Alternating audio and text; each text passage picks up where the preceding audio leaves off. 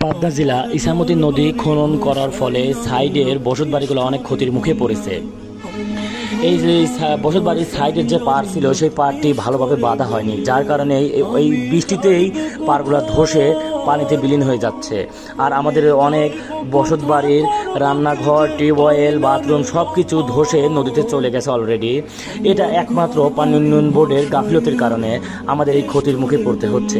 পানি উন্নয়ন বোর্ডের এই যদি গাফিলতি না করতো তাহলে আজ আমাদের এই ক্ষতির মুখে পড়তে হতো না।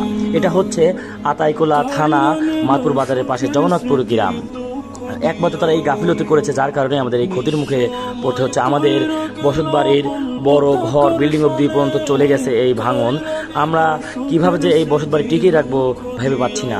আমাদের সকলের আবেদন যে এই বসতবাড়িগুলো টিকিয়ে রাখার জন্য পানি উন্নয়ন বোর্ড দ্রুত এর একটা ব্যবস্থা নিক। তাছাড়া আমরা এই বসতবাড়িগুলো আর টিকিয়ে রাখতে পারছি না।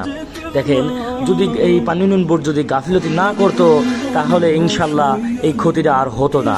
একমাত্র তারা গাফিলতি করে আজকে এই ক্ষতির মুখে আমাদের পড়তে হচ্ছে। তারা মালিকানা জায়গার উপরেও জোরপূর্বকভাবে দখল করে চলে গেছে। সবাই ভিডিওটি শেয়ার করে দেবেন, সবাই শেয়ার।